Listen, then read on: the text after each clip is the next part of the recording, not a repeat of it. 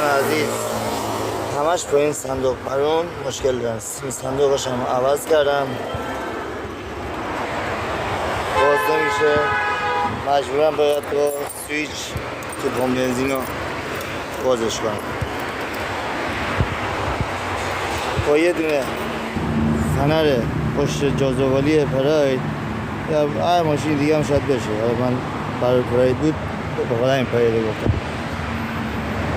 اینو میگیری اینجاش قرار میدی، دقیقا همینجاش. حالا من نصبش بکنم ادامه ویدیو رو دیگه. دوستان همونجوری که مشاهده می‌کنید من نصبش کردم. این صندوق بسته، دوربر من از این نیست که بگیم. این از صندوق، این از صندوق. خیلی ممنون، امیدوارم با لایکاتون خوشحالم کنید.